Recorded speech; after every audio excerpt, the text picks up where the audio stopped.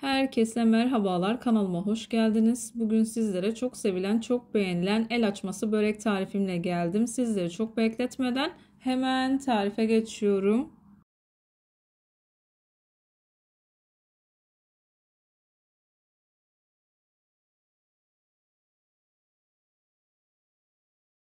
Tarifim için ilk olarak yoğurma kabına 6 bardak kadar un aldım. 1 tatlı kaşığı dolusu tuzumu ekledim. Şöyle bir karıştırdıktan sonra göz kararı olacak şekilde yaklaşık 1,5 bardak kadar su ekliyorum. Suyu ekledikten sonra yavaş yavaş hamurumu yoğurmaya başlıyorum. Suyu azar azar kontrollü bir şekilde eklemeye özen gösterin. Ben bu tarif için toplamda 2,5 bardak kadar su kullandım. Unun markasına ve kalitesine göre değişkenlik gösterebilir. Lütfen kontrollü ekleyin.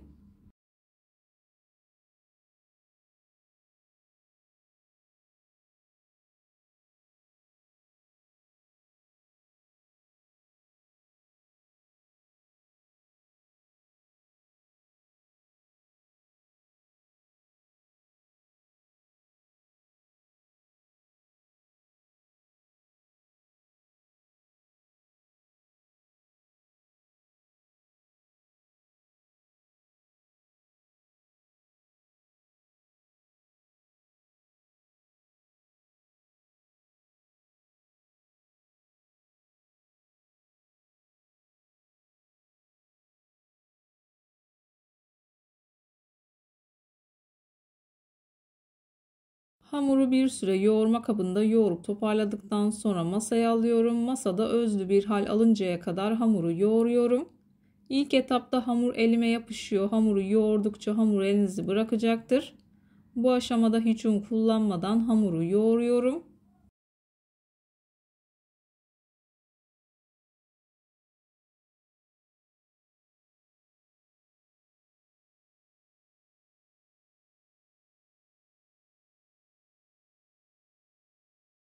Bu tarz tarifler yaparken dikkat etmeniz gereken en önemli nokta özlü ve güzel bir hamur yoğurmaktır. Hamuru yaklaşık 4-5 dakika kadar yoğurdum. Hamur kendini güzel bir şekilde salması için poşetin içerisinde yarım saat kadar dinlendiriyorum.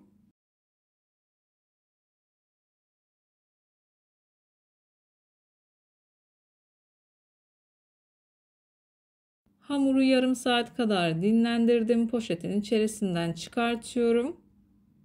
Hamur kartı ile 12 parçaya bölüp bezelerimi hazırlıyorum. İsterseniz masanızın büyüklüğüne göre de ayarlayabilirsiniz.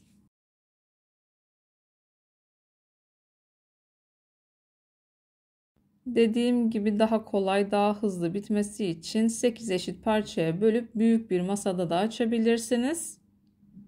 Ben bezelerimi biraz küçük tuttum.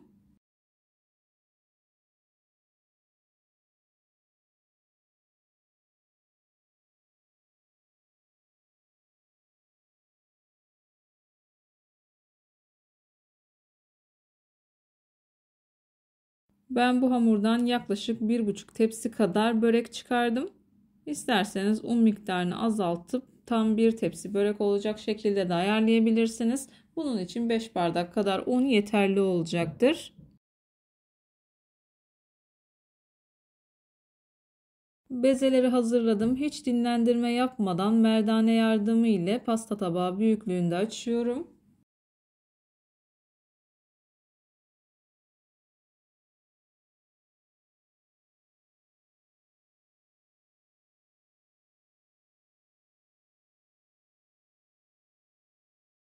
Hamuru açarken ve dinlendirirken sadece sıvı yağ kullanacağım. Dilerseniz tereyağı karıştırabilirsiniz. Sonuncu bezeyi de hızlı bir şekilde açıyorum. Daha sonra yaklaşık 1 bardak kadar sıvı yağını yanıma alıp hamurları tek tek yağlıyorum.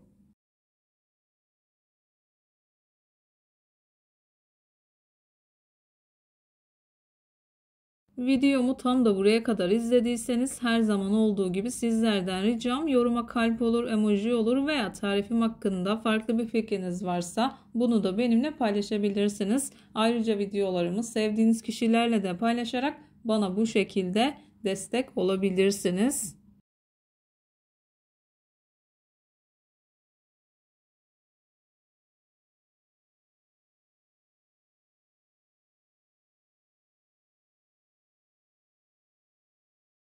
Hamurları yağladıktan sonra üzerini streçle kapatıyorum. Oda ısısında 1 saat kadar dinlendiriyorum.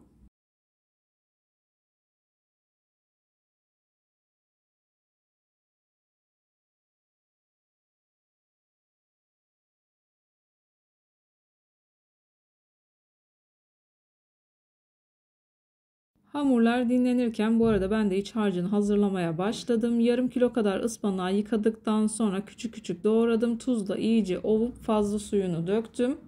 Üzerine bir kase dolusu lor peyniri ekledim. Bir tane orta boy soğanı çeyrek çay bardağı kadar sıvı yağın içerisinde güzelce kavurdum. Tuz, pul biber ve karabiber ekleyip karıştırdım. Onu da karışımıma ekliyorum.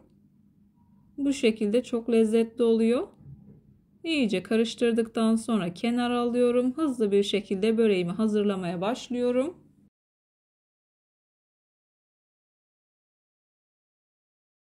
Videomu tam da buraya kadar izlediyseniz her zaman olduğu gibi sizlerden ricam yoruma kalp olur, emoji olur veya tarifim hakkında farklı bir fikriniz varsa bunu da benimle paylaşabilirsiniz. Ayrıca videolarımı sevdiğiniz kişilerle de paylaşarak bana bu şekilde destek olabilirsiniz.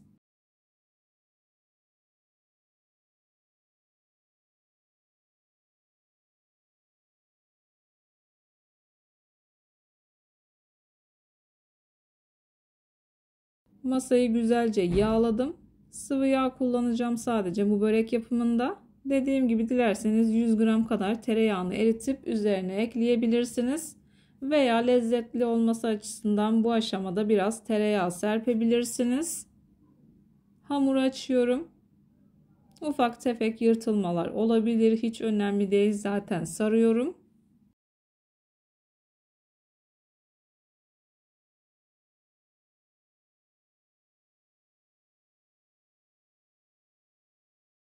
İç harcından bol bol koyuyorum. Çok da sık olmayacak şekilde sarıyorum. Kenarlarından fazla kalın olan kısımları dilerseniz alabilirsiniz.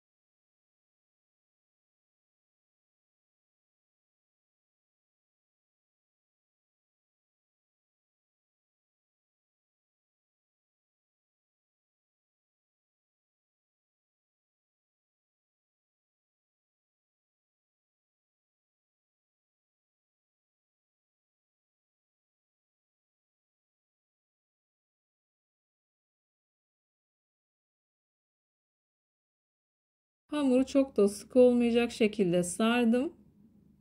Videoda görüldüğü gibi tepsiye yerleştiriyorum. Diğer böreklerimi de aynı şekilde hazırladıktan sonra bu şekilde etrafında dönüyorum. Dilediğiniz farklı şekillerde bu böreği hazırlayabilirsiniz.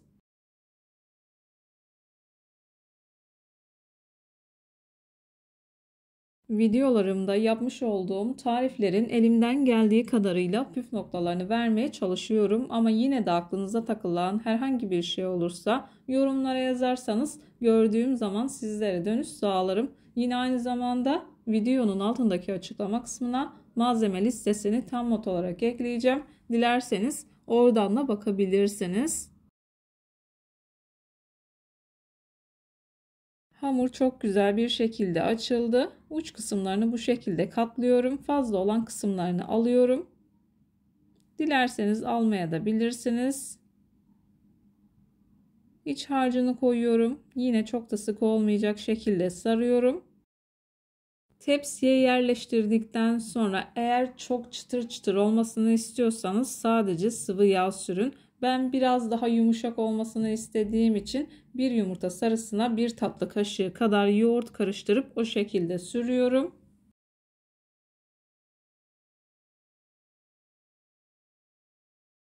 Böreğin üzerine yumurta sarısı sürerseniz yumuşak, sadece sıvı yağ sürerseniz 170 derecelik fırında kontrollü bir şekilde pişirirseniz yüzeyi çıtır çıtır olacaktır. Üzerine yumurta sarısı ve yoğurt karışımını sürdüm. Önceden ısıtılmış 170 derecelik fırında böreğimi pişirdim. Dışı çıtır, içi yumuşacık, kat kat bir börek oldu. Videoyu beğendiyseniz beğenmeyi, kanalıma hala abone değilseniz kanalıma abone olmayı, bildirim zilini açmayı lütfen unutmayın. Kendinize ve sevdiklerinize çok iyi bakın. Başka bir tarifte, başka bir lezzette görüşmek üzere. Hoşça kalın. Allah'a emanet olun.